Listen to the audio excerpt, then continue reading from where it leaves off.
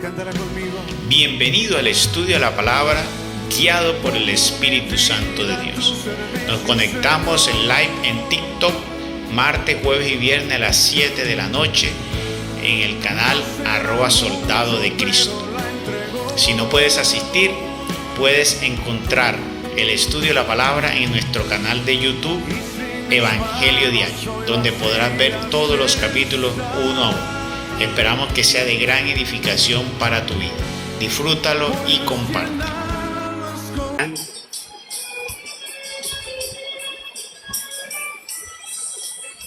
Que la paz, el amor, la unidad y el poder de nuestro Señor Jesucristo esté con cada uno de vosotros, si es su santa y bella voluntad, en esta noche, en cada uno.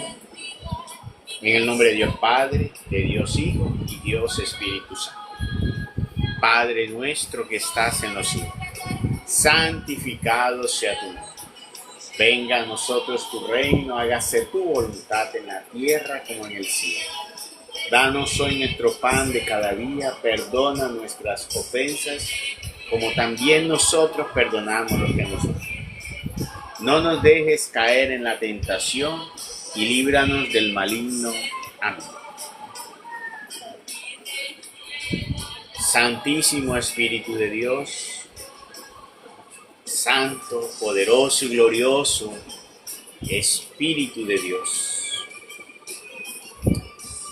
invocamos esta noche en el nombre de Jesús de Nazaret. Invocamos tu presencia en medio de nosotros, tu luz, tu fuego, tu santidad, tu gracia. Báñanos, Espíritu Santo, de pies a cabeza. Lávanos interiormente. Purifícanos, hermoso Espíritu de Dios. Reafirma en nosotros un corazón firme, lleno de fe, lleno de esperanza y de amor. Renuévanos, Espíritu Santo, y danos fortaleza espiritual, fortaleza en nuestra fe, para no desfallecer, para seguir adelante, para que podamos adorar a Dios, para que podamos caminar en el bien. Hermoso Espíritu de Dios, llénanos de ese fuego santo. Y te pedimos que seas tú el que nos dirijas esta noche una vez más, por lo cual te invitamos a que seas tú el epicentro en esta noche, en este estudio de la palabra. Danos entendimiento, Espíritu Santo. Danos la comprensión de ella, con el mismo espíritu con la que fue inspirada y copiada, redactada por los hombres. Tú, Espíritu Santo, hoy nos des el discernimiento, y nos des el comprender de ese santo mensaje. Te pedimos, hermoso Espíritu de Dios, que seas tu compañía para nosotros, ahuyentando todo enemigo, toda fuerza del enemigo, todo aquello que quiera perturbar este momento, Espíritu de Dios. Y te pido que llegue a cada uno de mis hermanos hoy, en cada una de sus vidas, en sus hogares, allí donde están ahora mismo, Espíritu Santo. Sea tu gloriosa protección, estando alrededor de cada uno de ellos, para que en esta hermosa y bella palabra, en esta poderosa palabra, que ahora anunciamos en el nombre poderoso de Jesús de Nazaret, se puedan romper nudos, lazos, cadenas, maldiciones, y por la fe de cada uno en el nombre de Cristo Jesús, que por medio de esta santa palabra se sanen los enfermos para gloria de Dios, sean liberados en el nombre poderoso de Cristo Jesús, y así también sean muchos restablecidos en una fe verdadera. También nos ponemos delante de ti, nos entregamos a ti, hermoso Espíritu de Dios, para que tú nos des dominio en la mente, para que tú pongas las palabras en nuestros labios para hablar de ti.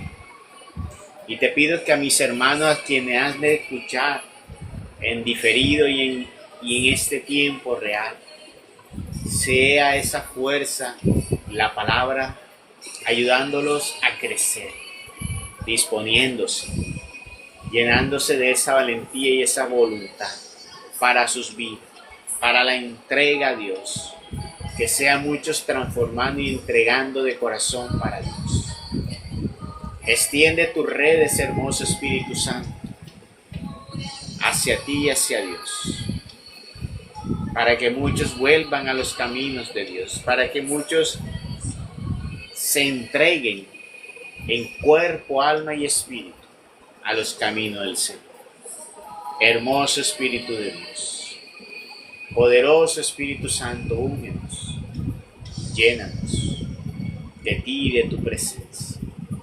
Queremos y esperamos en ti y nos disponemos esta noche una vez más con esa fe, con esa confianza en ti, en tu presencia poderosa, en una presencia viva, tuya, Espíritu de Dios, en medio de nosotros. Bendito Espíritu de Dios, obra Espíritu Santo, obra en la vida de mis hermanos, obra en la vida de cada uno de ellos, y hoy puedan sentir esa fuerza interior, ese despliegue para la gloria de Cristo Jesús, Señor y Dios nuestro, que en lo alto es grande y poderoso, vive y reina por los siglos de los siglos. Amén. Amén y amén. Bueno, mis queridos hermanos, hoy tenemos para seguir el capítulo número 7 del libro del Primera de Samuel. Vamos a trabajar hoy la primera, capítulo 7 de Samuel. Muy bien.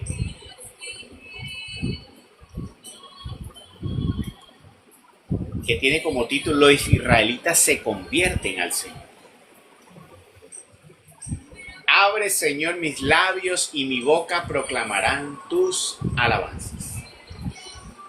Antes de entrar al capítulo 7, un breve repaso muy pequeñito. Recuerden el capítulo 6.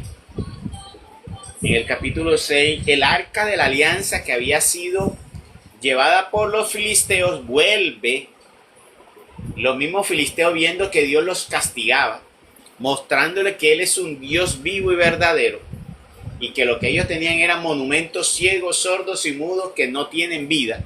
Dios les mostró que el arca de la alianza sí tiene vida por medio de Dios. No porque los objetos se muevan y puedan hablar, sino porque se dieron cuenta que ese objeto sí representaba un Dios real, sí representaba un Dios vivo. ¿Y qué hizo? Les aplastaba y les tumbaba sus falsos ídolos. Pero aún así los filisteos, reconociendo ellos que era el Dios de Israel el que les trajo por su idolatría y por su gran pecado, les llevó enfermedades, llevaron llagas y otras enfermedades. Entonces, decidieron ellos, entre todos se pusieron de acuerdo, y lo que hicieron fue mandar de nuevo el arca de la alianza para los israelitas, y mandaron también con ofrendas y todo como reparación. Ya aprendimos en el capítulo pasado acerca de lo que tiene que ver con la reparación y cómo debían reparar en este tiempo, cómo reparaban en ese tiempo. Así que si quieren escucharlo completamente, capítulo 6 que vimos el capítulo pasado, pueden encontrarlo en mi canal de YouTube, Evangelio Diario en YouTube, @Evangelio del Día Final. Bien, capítulo 7 entonces dice: los israelitas se convierten al Señor. En ese momento habían perdido la pelea y la batalla con los filisteos, precisamente. ¿Por qué? Porque recuerden que el sacerdote Elí, que era el que manejaba lo que tenía que ver con el arca de la alianza, y los sacerdotes se habían perdido. Los hijos de Elí también estaban haciendo cosas desagradables en el lugar sagrado, y Elí no hacía nada. El pueblo de Dios tampoco es que estuviera muy afinado. Ahí es donde suceden esas cosas, que hay personas que dicen: ¿cómo los justos sufren por los pecadores. ¿Ve? Normalmente, ¿por qué sucede? Y eso es lo que sucede hoy. No. ¿Por qué hay personas? ¿Por qué hay personas que dice uno, pero si él hace las cosas bien, ¿por qué le están sucediendo? Alguna vez alguien escribió un libro con ese título tan llamativo. ¿Por qué le suceden cosas malas a la gente buena? Yo no me lo leí, pero una vez le pregunté a alguien que me lo mencionó y se lo leyó y dice, al final dio vuelta para no dar una buena explicación.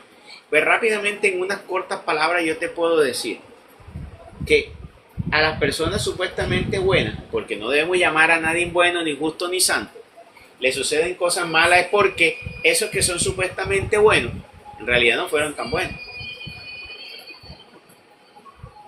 Ah, pero ¿cómo así? Es que esas personas nunca hicieron mal. Exacto. Elí no le hacía el daño a nadie. Ahí donde uno tiene que tener en cuenta que Elí era un sacerdote que sí era dedicado al Señor, consagrado en el templo. Y él no era un hombre pendenciero, mujeriego, tomador, asesino, lo robaba, no. Dedicado a las cosas del templo. Y entonces, ¿por qué Elí fue castigado? ¿Por qué Elí fue castigado? Y a causa de Elí, lo que hicieron sus hijos, vino un gran castigo por Israel. Bueno, ellos fueron uno de los principales, pero también el pueblo de Israel. Entonces ahí uno dice, ¿qué pasa? Muchos eran ingenuos de lo que hacían ellos. Entonces a veces sufrimos el castigo de los otros. Entonces muchas de esas personas que parecen ser buenas, justas, están sufriendo el castigo de otros. Y uno diría, pero entonces Dios está mal, porque me está castigando a mí no siendo culpable. Pero resulta que sí somos culpables. Pero ¿cómo así me estás diciendo que no? Pues nosotros somos culpables y eso es lo que hoy la humanidad. Por eso es que los hogares, la familia, las empresas, los negocios, muchas cosas donde tal vez hay un grupo de personas y tú ves que el grupo de personas a veces no es, vamos a poner caso los padres o los que son los líderes, los que son los jefes. Les sucede eso. ¿Por qué? Porque tal vez ellos directamente no hicieron el mal, pero ellos se hicieron los sordos, los ciegos y los mudos ante lo que veían que estaba mal ante Dios. ¿Y qué pesar? Mejor, para no tener problemas con esas personas, se quedaron callados. Y dígame qué hacemos nosotros. Nosotros a veces vemos quiénes está haciendo, robando, matando, haciendo el mal a los otros. ¿Qué hacemos nosotros? Callados. No se metan en eso. Ven a los otros que se están perdiendo en el pecado. ¿Y qué le dicen? Esa es la vida de él, ver a ver si se pierden en el pecado. Peor aún, padres ven a sus hijos, padres que parecen buenos, que son muy de la oración, que van a la iglesia. Es más, hay gente del grupo escuchando el gran mensaje, que ven, que han escuchado de lo que Dios ha dicho y de lo que Dios ha mandado, y aún le acolitan a los hijos. Los tienen cobijados ahí. Y por no pelear con sus hijos, porque, ay, pobrecito, si lo echo de la casa, entonces, mejor dicho, no, yo me muero en pena. Imagínate, mi corazón se morirá. Entonces, dígame usted, si se ve por qué nosotros, por qué Dios nunca se equivoca. Si envió la sentencia, es porque Dios no se equivoca. Porque nosotros nos ganamos los castigos. Y no porque Dios nos castigue, es que somos merecedores de ello porque nosotros o hacemos directamente o porque omitimos. Somos tan mal cuando hacemos el mal como cuando omitimos el bien. Eso es lo mismo. Omitir el bien es hacer el mal. Y eso es lo que la iglesia y los predicadores no te dicen. Y ese es el gran problema hoy de la humanidad, no de la humanidad, perdón, del cristianismo. Y de aquellos que están buscando ser verdaderos cristianos. Pues normalmente estamos acolitando. ¿Alguna vez alguien se molestó? Porque se denunciaba públicamente ciertas cosas. No, eso hay que saberlo hacer. No, señor. Uno no tiene por qué guardarlo. Lo que públicamente algunas personas hacen para daño de otros, ¿no? Hay que saber denunciar. Hay que denunciar. Porque esa es una misión nuestra, denunciar lo malo que los otros hacen. Y uno no tiene por qué guardarle absolutamente nada. Y el Señor dice, uno no le puede guardar a sus hijos, no le puede guardar a sus padres, a sus hermanos. Cometieron un gran error, un gran pecado, entonces tengo que quedarme callado porque son familiares. Ahí está. Por eso es que vamos, por eso es que todos somos, ¿ya? Por eso es que todos somos merecedores Y por eso es que estamos tan mal. Y por eso a las personas que uno ve como buenas, supuestamente buenas, le suceden cosas malas. Por eso es que a la humanidad que parece tan buena le suceden cosas malas. Por eso es que el grupito de personas que parecen buenas, jefes, padres de familia, líderes, que parecen tan buenos, le suceden cosas malas. Porque estás administrando un pueblo y tú estás tratando de hacer las cosas bien, pero eso que estás viendo no lo estás denunciando. Eso es como, por ejemplo, los sacerdotes. Los obispos están viendo que los sacerdotes andan con mujeres, andan en homosexualidad, andan robando, andan prostituyéndose y ellos hacen los locos. Y no. Ahí tienen a los pastores viendo que los demás se están robando, que se están cogiendo dinero y no ayudan a los pobres, y ahí están.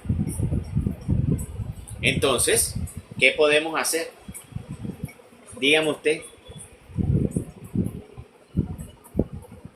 Por eso estamos tan mal. Por eso le suceden cosas malas a esos que parecen buenos. Si le sucede cosas tan malas, no es tan bueno. Algo está fallando directa o por omisión.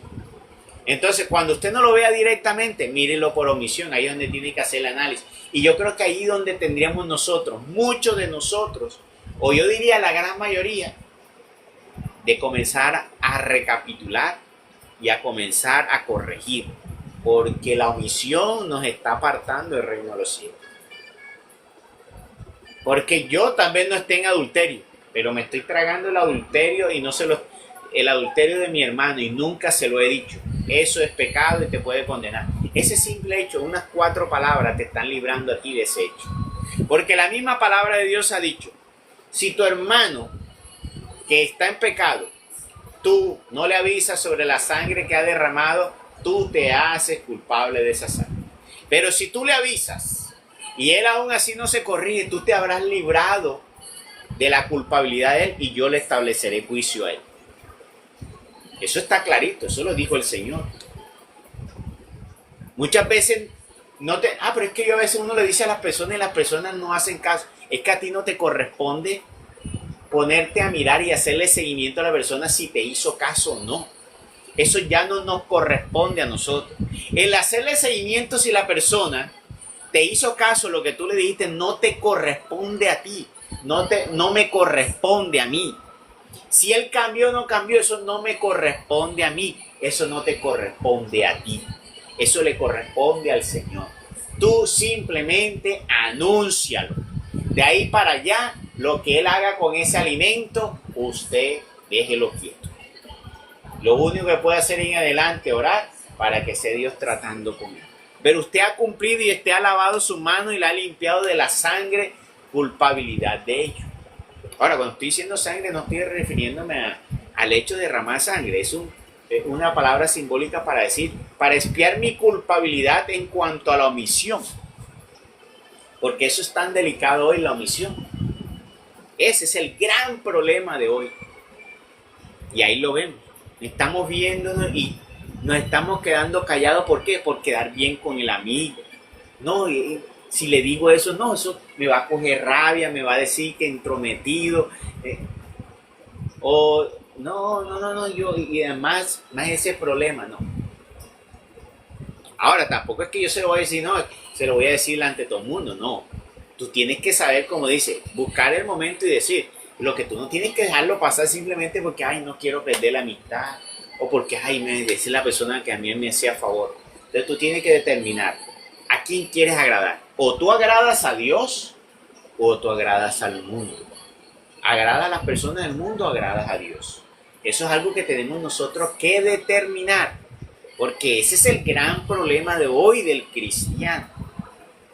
Queremos agradar a Dios, pero también queremos agradar a los hermanos, no tener problemitas con ellos. Porque es que ellos me hacen favor, ellos son los que me ayudan. ¿Con quién voy a decir? Con esos son los que yo hablo, esos son mis amigos, esos son mis familiares. ¿Cómo voy a pelear con mi familia para que me vean a mí como el loco, que me vean a mí como el cansón, el que les dice las cosas? Que me digan que yo me creo el santo y todo eso.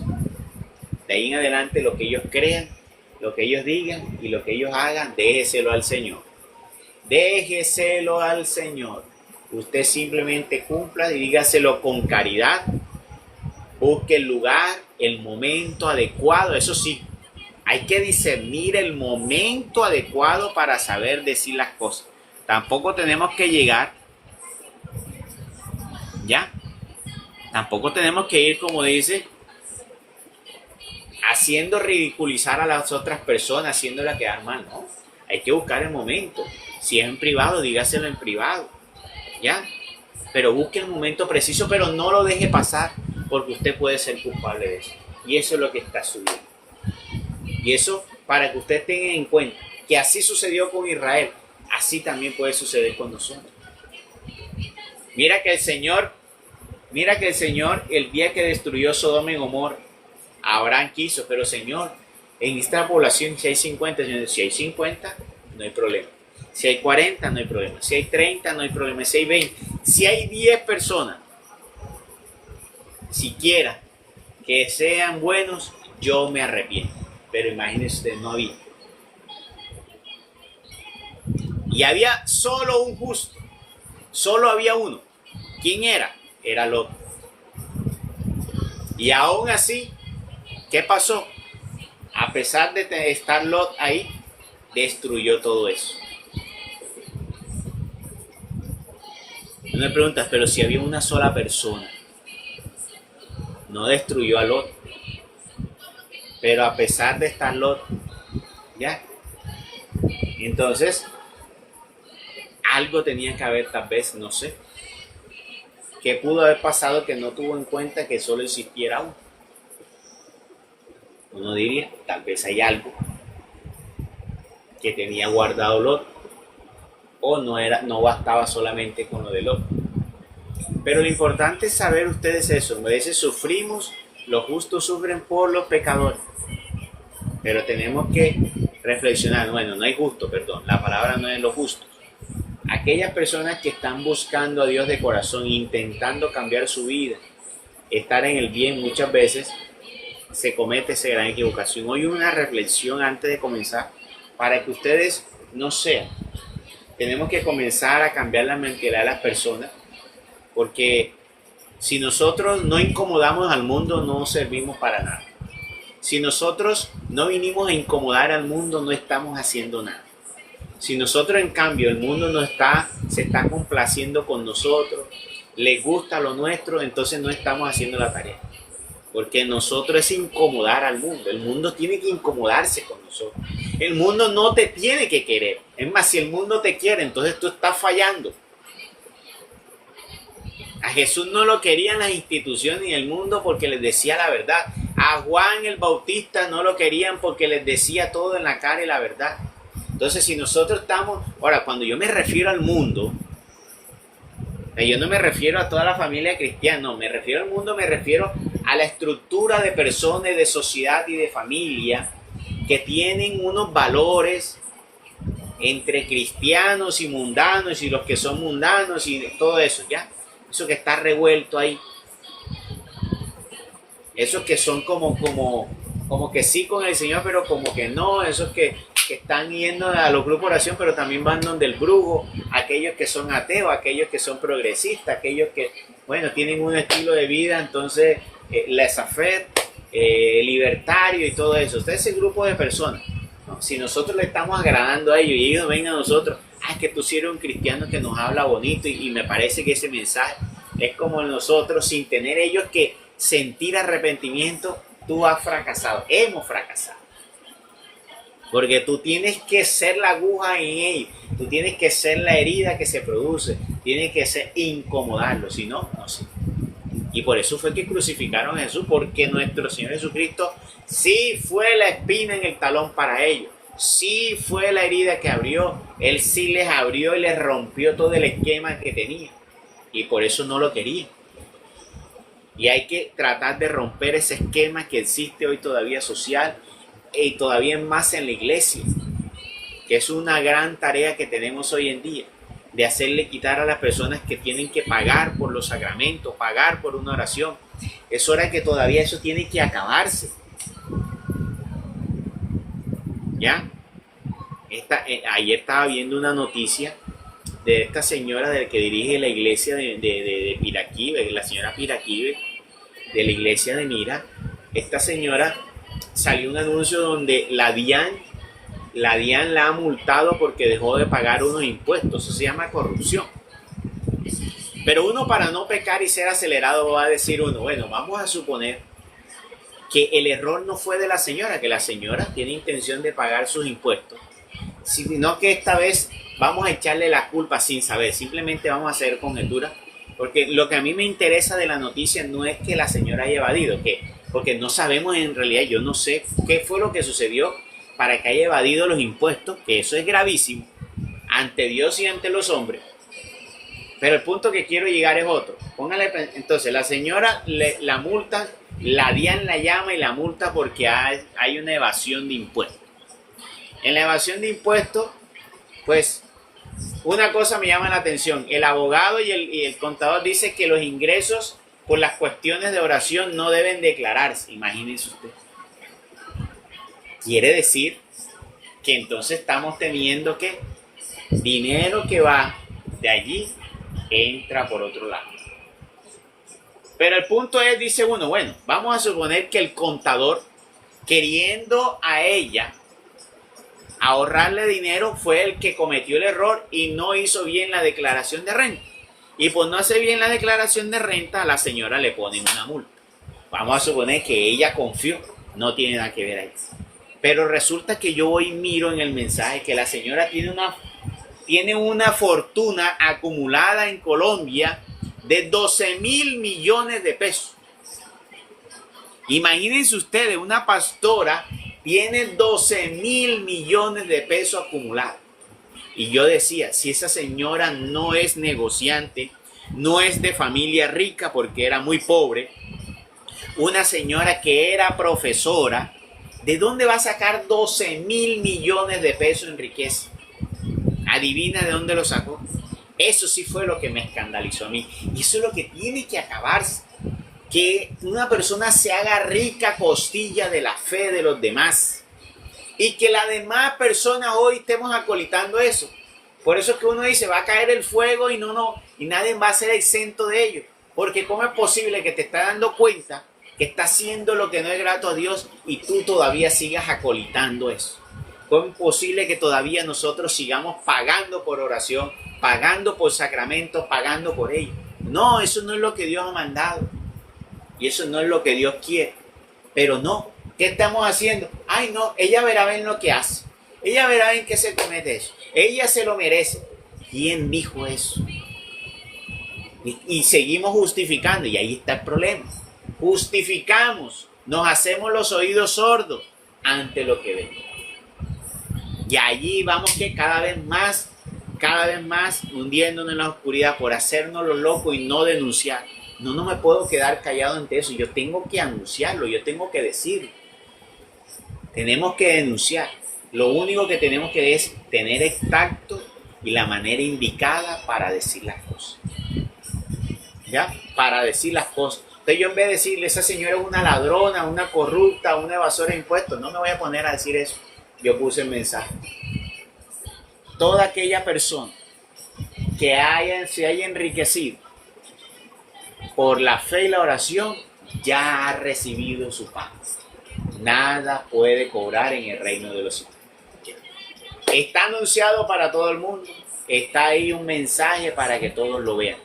Está un mensaje para que todos se den cuenta que no deben enriquecerse ni recibir dinero. Pero si nosotros estamos viendo que lo están haciendo y nos estamos quedando callados y viendo que las cosas sucedan, pues nunca va a cambiar.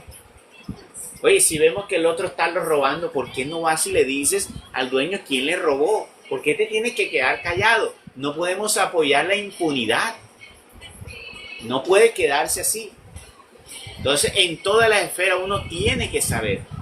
Tiene que saber que uno no puede coger y quedarse, dejar que el maligno y lo malo someta a lo bueno. Que lo maligno haga que se someta, ¿no? El Señor Jesucristo dijo que se derrame sangre si se tiene que derramar y que sea la nuestra. Que tú por hacer el bien te quieran matar y asesinar, pues recuerda que el Señor te dijo, si por mí pierdes la vida, no la perderás. Tendrás larga vida y tendrás una vida con el reino de los cielos. Y si así has de morir, muere, pero muere haciendo la voluntad de Dios. Muere haciendo. Bienaventurados todos aquellos que pierdan la vida haciendo la voluntad de Dios. Bueno, después de este gran preámbulo, ahora sí entrar al capítulo 7.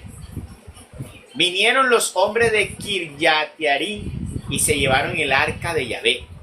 La introdujeron en la casa de Abinadab, situada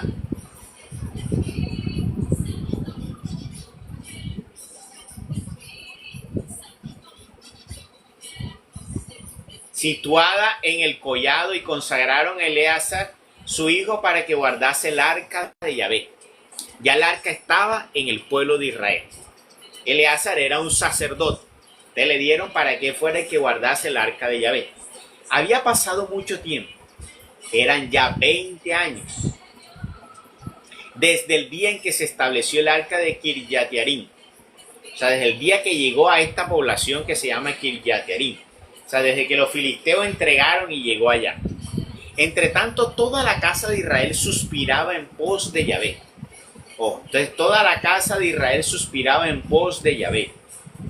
Entonces habló Samuel a toda la casa de Israel diciendo: si todo vuestro corazón os convertís a Yahvé, quitad de en medio de vosotros los dioses ajenos, y también las astartés, y dirigid vuestros corazones hacia Yahvé para servirle a él solo, y él os librará de la mano de los filisteos.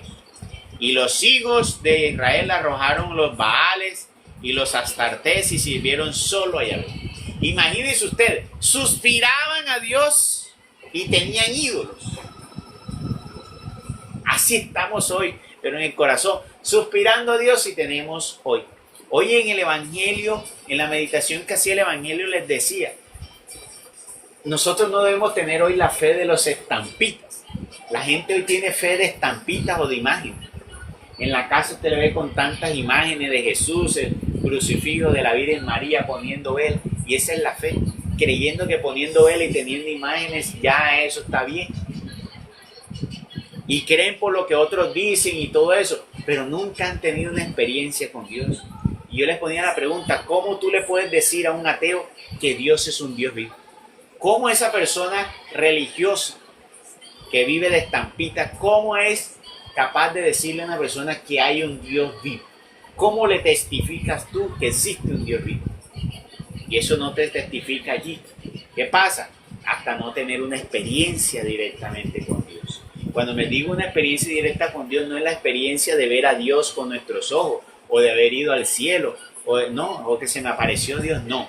Una experiencia con Dios es una experiencia donde tú has tenido un encuentro personal con el Señor, donde tú has sentido dentro de ti esa presencia, y tú has visto la mano de Dios poderosamente, y de alguna forma has tenido una manifestación sobrenatural y maravillosa con el Señor, y que ha transformado tu vida, y que se evidencia, y que eso se evidencia porque ha habido en ti unos resultados que evidencian esa presencia de Dios en ti.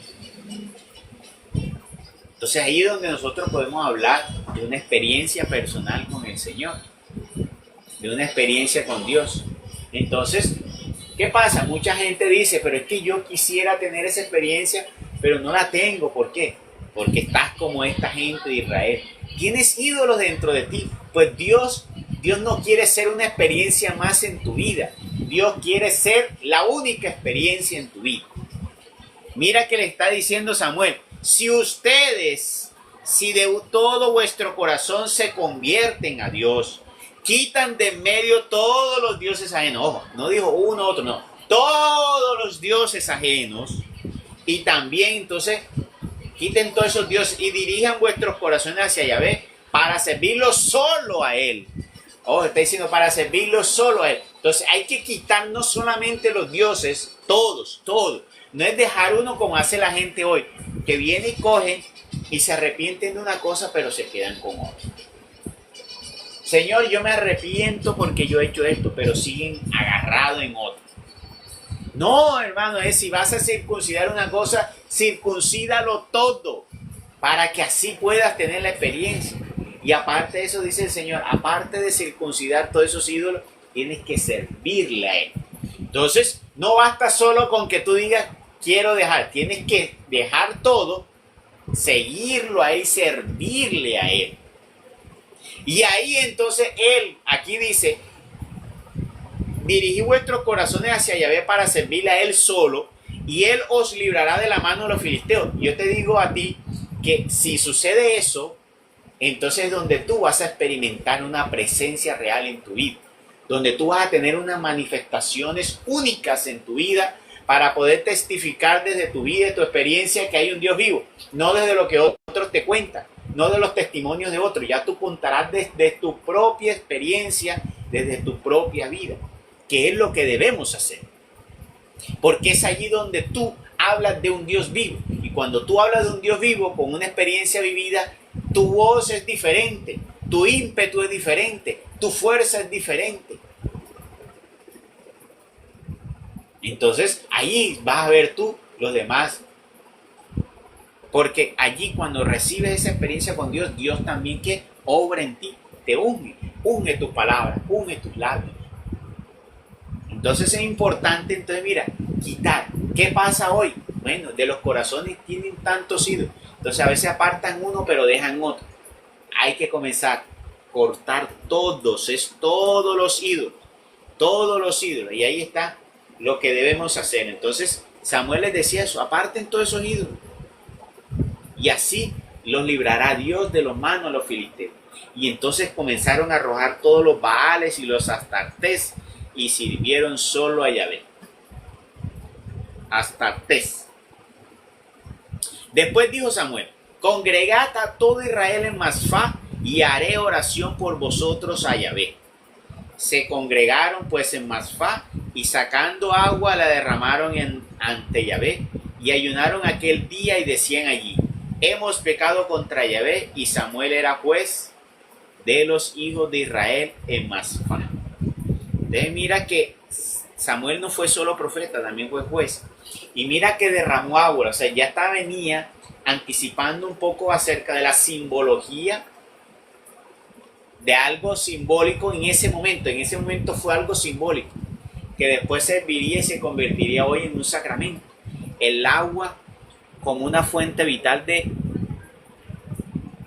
rejuvenecimiento. No de rejuvenecimiento, perdón. Es de un cambio en la vida, porque cuando la persona se bautiza cambia su vida. El bautismo no solamente es una cuestión de... No, cambia la vida, porque tú vas del hombre antiguo o del hombre que tiene la mancha del pecado original a ser un hombre renovado, donde ahora sí entra a ser parte del pueblo de Dios. Solo con el bautismo es que nosotros comenzamos a ser parte del pueblo de Dios. Sin el bautismo tu nombre no comienza a ser escrito en el libro de la vida. Se comienza a escribir cuando somos bautizados. Ahí comienza nuestra historia con el pueblo de Dios, dentro del pueblo de Dios. Antes, para que tú estuvieras en el nombre y escrito en el pueblo de Dios, tenían que circuncidar. Ese era el signo y la señal. Bueno, ya no es la circuncisión, ahora es el bautismo. Con el bautismo nosotros entramos a ser parte del pueblo de Dios. Algunos dicen que es para perdón de los pecados. Pues no es para perdón de los pecados. Es el pecado de lo que tú llevabas, porque en ese momento tú comienzas a dejar esa vida antigua, para entrar a una vida nueva. ¿Ya? Pero no es el hecho de enseguida porque cometiste un pecado, tengo que bautizarme. Si no, entonces yo tendría que bautizarme todos los días. Y no te vas a bautizar todos los días, porque la palabra de Dios dice un solo bautismo. De hecho, esos que se bautizan en una iglesia y se van a bautizar en otro cometen un gran pecado. Bueno, cometen un gran pecado cuando salen de la iglesia católica a bautizarse a otro. Porque el único ministerio avalado para poder bautizar es el ministerio sacerdotal. Toda otra persona, cualquiera que sea, por muy bonita que haga oración, por muy milagro que se haya visto en su congregación, en su comunidad, no está avalado para bautizar. Los únicos que están avalados para bautizar son el sacerdote. De ahí en adelante nadie más te puede bautizar. que pueden ser lo que sea, no importa. Ellos son los ministros del Señor para hacer eso. Los pastores no pueden bautizar. Un pastor, una persona te puede orar.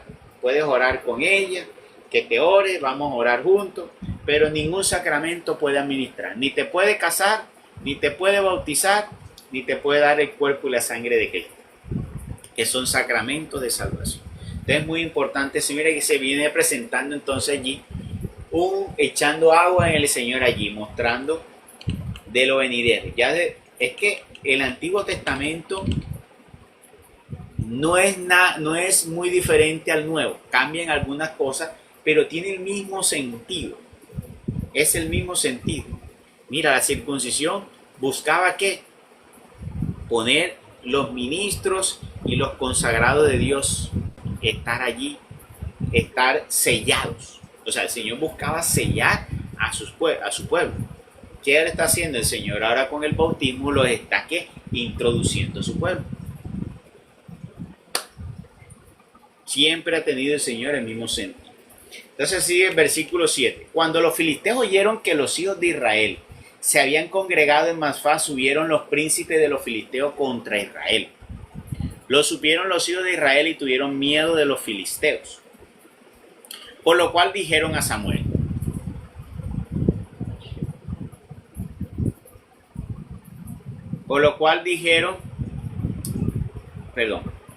a Samuel: no ceses de clamar por nosotros a Yahvé nuestro Dios, para que nos salve de la mano de los filisteos. Tomó pues Samuel un corderito que aún mamaba y lo ofreció entero en holocausto a Yahvé. Y clamó Samuel a Yahvé por Israel, y Yahvé le escuchó. Mientras Samuel estaba ofreciendo el holocausto, se acercaron los filisteos para dar batalla a Israel. Mas Yahvé tronó aquel día con estruendo espantoso contra los filisteos y los aterró de tal suerte que fueron derrotados delante de Israel. Lo que decía, hay cosas misteriosas que Dios hace, uno no sabe cómo, pero mira, usa cosas naturales que las hace, que son naturales pero son sobrenaturales. Los truenos es algo natural porque está dentro de la naturaleza, pero mira, sobrenaturalmente produjo algo. Entonces Dios utiliza de lo natural para producir un efecto sobrenatural y darle la victoria al pueblo de Israel. Entonces Dios puede utilizar muchas de las cosas que hay para hacer cosas sobrenaturales. Dios puede coger el agua, una simple agua que lo que hace en tu cuerpo es hidratarte, y convertir esa agua en una gran medicina. Y eso puede suceder. Personas que dicen, tengo una gran enfermedad, ¿cómo me sano? La oración es uno. El agua bendecida es otro. El aceite es otro. Dios puede transformarlo. Pero ¿por qué no te sana? Porque tal vez lo que estamos diciendo, tenemos ídolos. Estamos como el pueblo de Israel. Tenemos ídolos y le estamos pidiendo a Dios. Entonces hay que mirar esa parte también. De mirar allí eso. Entonces, mira que dice que Samuel cogió y ofreció un holocausto y Dios le escuchó. Entonces simplemente bastaba ofrecer un corderito para que Dios escuchara. ¿Por qué no lo hacían los demás? No simplemente era el ofrecimiento del corderito. Era porque Samuel sí estaba en gracia con Dios. Entonces, eso suele suceder. Hay personas que dicen, es que yo le oro a Dios, pero yo no siento nada.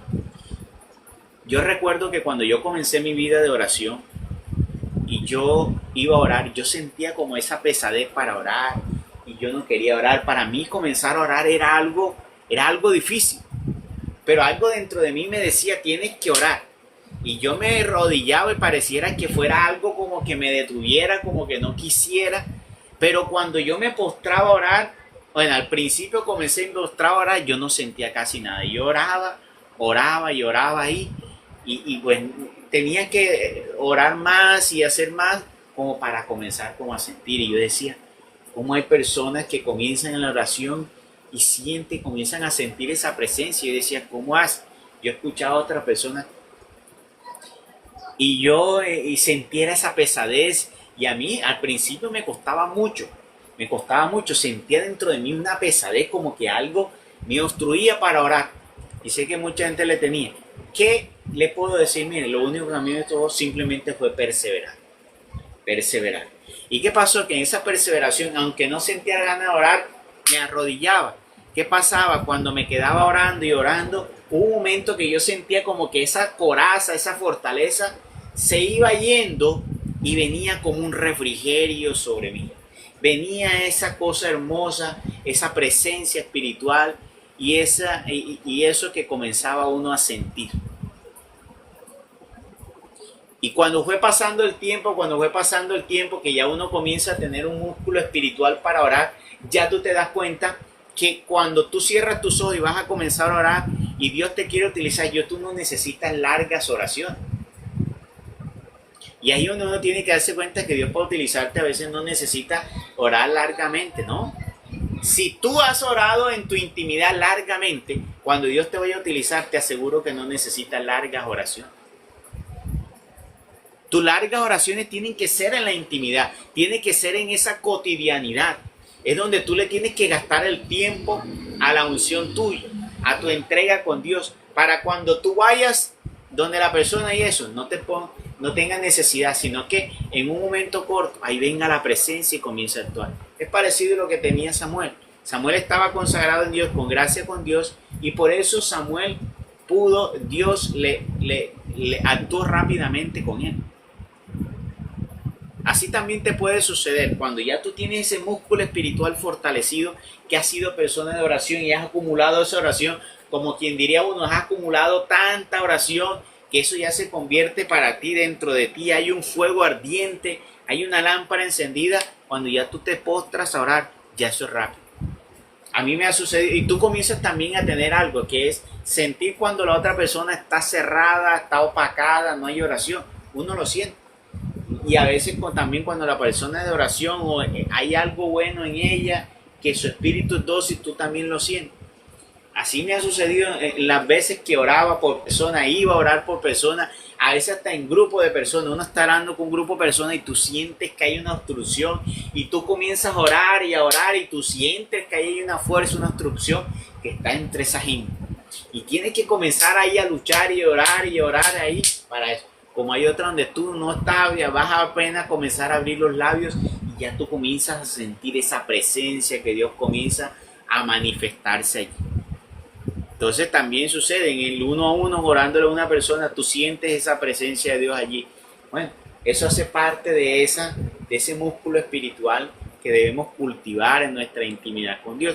Samuel cultivó mucho ello. Era un hombre muy entregado a Dios y por algo Dios lo tomó y Dios lo estaba guiando. Entonces no creamos que simplemente fue el hecho de que ofreció el corderito, no, pues ya ellos tenían estipulado por Dios que ellos debían ofrecer. Bueno, él cumplió con eso, la ley y lo que Dios mandaba, pero lo que hizo en realidad el escuchar de Dios y hiciera efecto fue que así como por uno Dios puede castigar a muchos, por uno Dios puede bendecir a muchos. Y vea que tenemos que tener en cuenta por qué las cabezas, nosotros sí tenemos que luchar para que las cabezas estén bien. No hacernos los locos como que, verán a ver si esos sacerdotes se corrigen o no. No puedes tener ese pensamiento, porque si ellos están así, eso que ellos hacen también puede ser para nosotros fatal. Porque si por un líder puede Dios bendecir a los demás, por uno que esté mal también puede castigarnos a los demás. Sobre todo si nos estamos dando cuenta y nos quedamos allí. Entonces ese pensamiento de que ellos verán a ver lo que hacen no es correcto y no debemos tenerlo. Debemos ser la voz denunciante, ir y decirse, no quedarnos callados, porque eso sí puede ser fatal. Entonces por eso escuchó Dios a Samuel, ¿ya? Y les ayudó, y mira que les ayudó. Por medio de la oración de Samuel, por uno, ayudó al pueblo de Israel a vencer. Como por uno, por Elí, que castigó también por Elí y sus hijos, castigó ¿qué? Al pueblo de Israel. Es para que vayamos viendo en los hogares. Tal vez por un hijo, de entre todos los que estén ahí, tienen que hacer. Hoy que tenemos que comenzar a ver si en la casa no fluyen las cosas, hay que comenzar a ver, porque tal vez uno de los que esté ahí sea el que esté trayendo ahí la maldición al hogar, o esté trayendo lo que es la ruina al hogar, la escasez en el hogar, la enfermedad en el hogar, muchas veces puede ser uno. ¿Y cómo estamos haciendo? Resulta que nosotros no estamos haciendo nada. Entonces, tenemos que ponerle frente a la situación. No debemos hacer la mirada sorda o echar la mirada hacia un lado. Entonces dice, los israelitas saliendo en Masfá persiguieron a los filisteos y los derrotaron hasta más debajo de Betcar. Después tomó Samuel una piedra y la colocó en Masfá y Sen, y le dio el nombre de Ebenezer, diciendo, hasta aquí nos ha socorrido Yahvé. Así humillados, los filisteos no volvieron más a invadir el territorio de Israel, y la mano de Yahvé se hizo sentir sobre los filisteos todos los días de Samuel. Ojo, todos los días de Samuel. Qué bonito decir que durante todos nuestros días, nosotros, siendo cabeza de hogar, guiemos en la rectitud a nuestros hijos, así también a nuestras esposas o los que viven en nuestro hogar, hacer respetar el hogar y donde estemos, siempre buscando hacer el bien y hacer respetar lo que Dios manda. Mira, estará Dios todos los días con cada uno de nosotros. Entonces tenemos que hoy reflexionar sobre eso. Si nosotros estamos haciendo valer la voluntad de Dios, la obediencia a Dios, los mandamientos de Dios, lo que Dios manda, o nos estamos haciendo los sordos,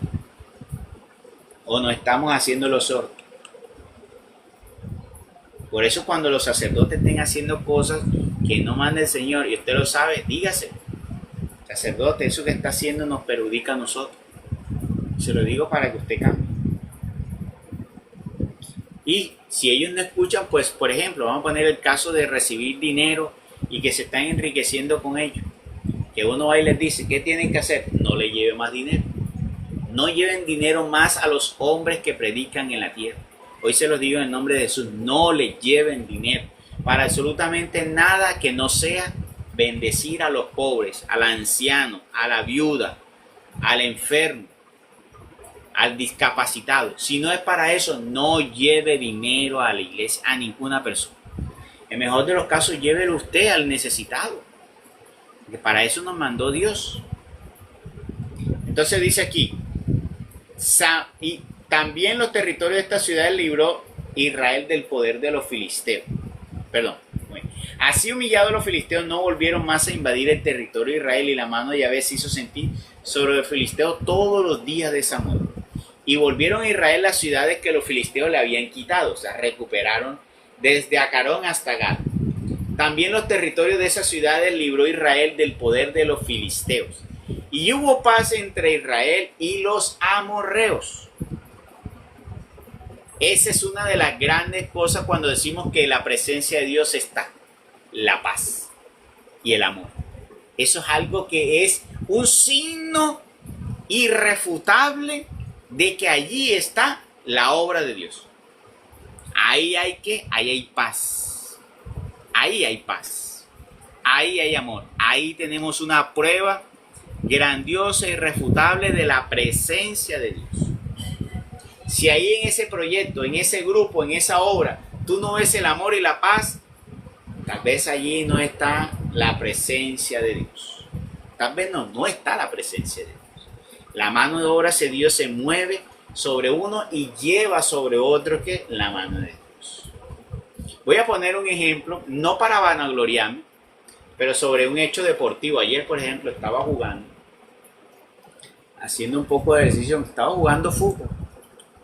Y por ejemplo, yo dije, bueno, venga, yo me voy a quedar acá defendiendo atrás. Y estaba jugando fútbol ahí. Y en un momento salí, porque hay una persona que quería jugar, un muchacho, un pelado jóvenes ahí. Ay, déjeme jugar. Entonces ya yo estaba como cansado, de bueno, ven, entra por mí. Y yo salí. Al momento que salí, al ratico, hicieron 2 goles. Y yo le dije, pero yo dije así como jugando. Entonces salí yo de jugar y se dejaron hacer 2 goles. Entonces dijo el arquero, pero es que tú estabas en el centro, estabas acomodado y tú sí estabas defendiendo, están haciendo ahí. Entonces ahí es donde uno dice, para querer llevarlo al contexto religioso, cuando la persona está guiada por Dios, ella lleva y transmite eso ahí. Entonces por eso decimos que si está la presencia de Dios allí, debe haber eso, porque una persona la lleva ahí. Y debe haber ese efecto ahí. Y cuando está esa presencia de Dios, sale a flote lo que es de Dios y lo que no es de Dios. Porque ante la luz sale lo que está bien y lo que está mal. Y ahí se da eso. Entonces, es muy importante tener en cuenta eso. Entonces, mira, dice, Samuel juzgó a los hijos de Israel todos los días de su vida. Año tras año se ponía en marcha y daba la vuelta por Betel, Gálgala y Masfá, juzgando a Israel en todos esos lugares. Se volvía después a Ramá, porque allí tenía su casa. También allí juzgaba a Israel y allí edificó un altar a Yahvé. Entonces aquí terminamos el capítulo número 7 del libro de Samuel. Gloria al Padre, gloria al Hijo y gloria al Espíritu Santo, como era en un principio, ahora y siempre, por los siglos de los siglos. Amén.